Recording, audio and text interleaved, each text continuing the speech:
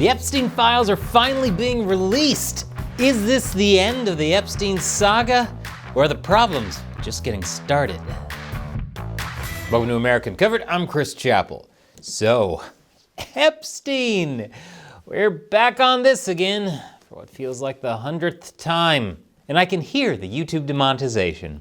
So a big thank you to today's sponsor, Incogni. You probably know that companies are collecting your personal data, but you may not realize just how many. Dozens, maybe hundreds, most of which you've never heard of, and you have no idea what they're doing with it. Incogni helps stop them. I'll tell you more at the end. So, the Epstein files. You know the drill by now. Some scandalous report comes out, a trove of useless, redacted files gets dumped on the DOJ's Google Drive, Democrats and Republicans accuse each other of cover-up, and we forget about it until it pops up again a couple weeks later. But now, it seems like some actual progress is being made. On Tuesday, the House of Representatives passed the Epstein Files Transparency Act with a vote of 427 to 1. Shortly thereafter, it was approved unanimously by the Senate, with the president's approval expected next. Okay, so what's in the bill? Well, what it does is order the Attorney General to release all unclassified Epstein-related documents, from investigations, prosecutions, to his personal communications. It also states that those documents must be made publicly available in a searchable, downloadable format within 30 days. And it requires the DOJ to send an unredacted list of government officials and politically exposed persons named in the files to the House and Senate Judiciary Committees. However, some of those names may not be available to the public. Overall, it requires declassification to the maximum extent possible, meaning that they can't just release pages and pages of black bars. And that's good. You see, one of the issues with the Epstein case is that although a lot of files have already been released, quality control is just non-existent. The problem is never that the government releases too little. In fact, they usually release way too much. All of it unsorted, unlabeled, and badly copied. All the real information just gets buried under endless piles of filler that nobody can really sort through.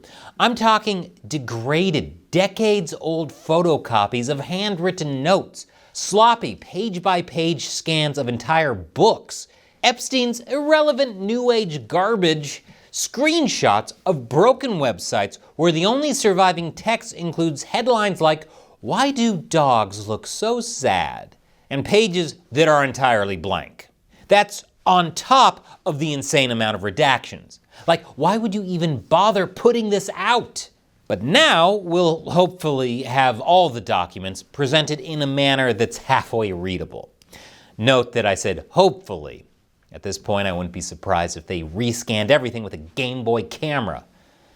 But don't go thinking the release will just put an end to the whole Epstein saga. The hot new conspiracy is that Epstein did have dirt on Trump and that Republicans are only releasing the documents now after they've been scrubbed.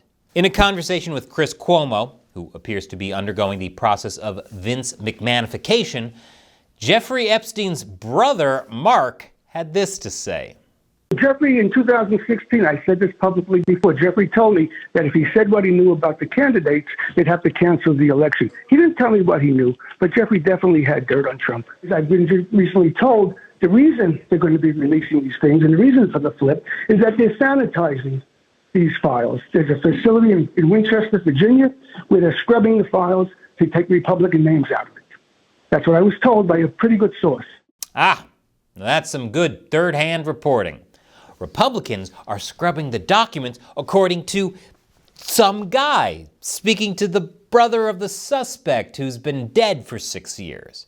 The brother who, mind you, also told reporters that Jeffrey Epstein was innocent. Wait, so why would Republicans be running cover for Trump? I thought your brother was innocent, Mark. But this brings us to the other side of the debate. Trump's claims that this is all a Democrat hoax. The issue isn't that the files themselves are fake. The problem is that it's pretty easy to draw up narratives around the files. Like how last week, Democrats on the House Oversight Committee released this email where Epstein claimed that Trump had spent hours with one of his victims. But the unredacted version of that email actually names the victim, Virginia Giuffre, who stated under oath that Trump had never had sex with her.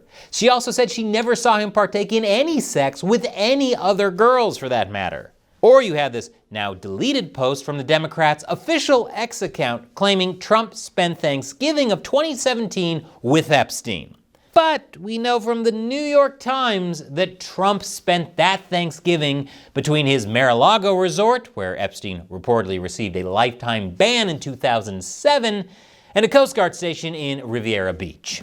Or you have this email where Mark Epstein asks his brother if Putin had any photos of Trump playing Bubba's saxophone.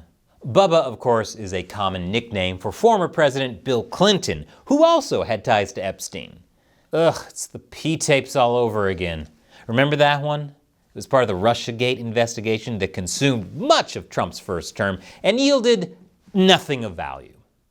And it's all in that general time frame, too. Right around 2016, Epstein, like most of us, became obsessed with Trump. More than half of Epstein's messages were about Trump, and they were pretty negative. The Democrats' official Twitter pointed out how Epstein called Trump one of the worst people he knew, that there was not one decent cell in his body, and that he was dangerous. Okay, but isn't it good that Trump and Epstein didn't like each other? I'd be more worried if Epstein said Trump was a great guy who could really keep a secret. I mean, that's better than Larry Summers, former Treasury Secretary and former Harvard president, who used Epstein as his wingman for getting a woman. Or Democratic House Minority Leader Hakeem Jeffries, whose office invited Epstein to a fundraiser to get to know the representative long after his first conviction in 2008.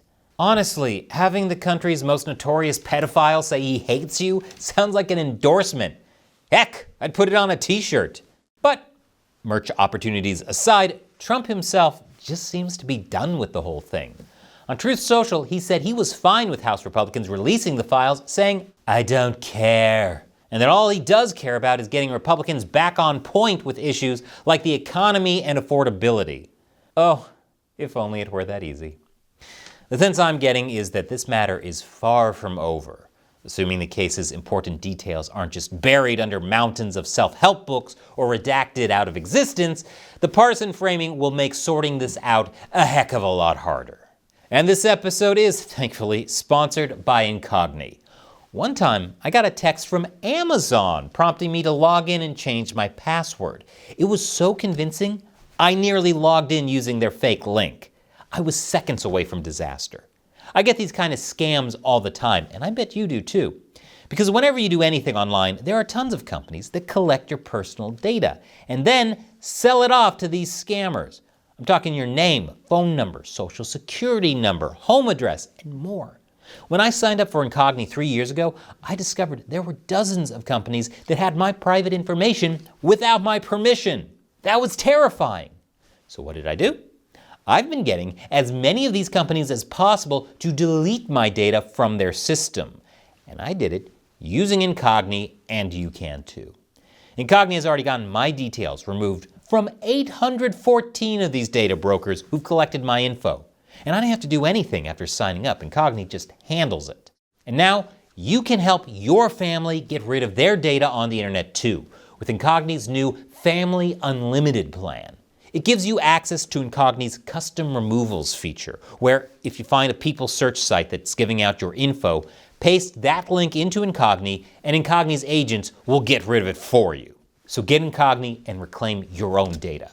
Go to incogni.com/uncovered and use the code UNCOVERED to get 60% off an annual Incogni plan. Erase your personal data from the internet with Incogni. They can't harm you if they can't find you. Once again, I'm Chris Chappell. Thanks for watching America Uncovered.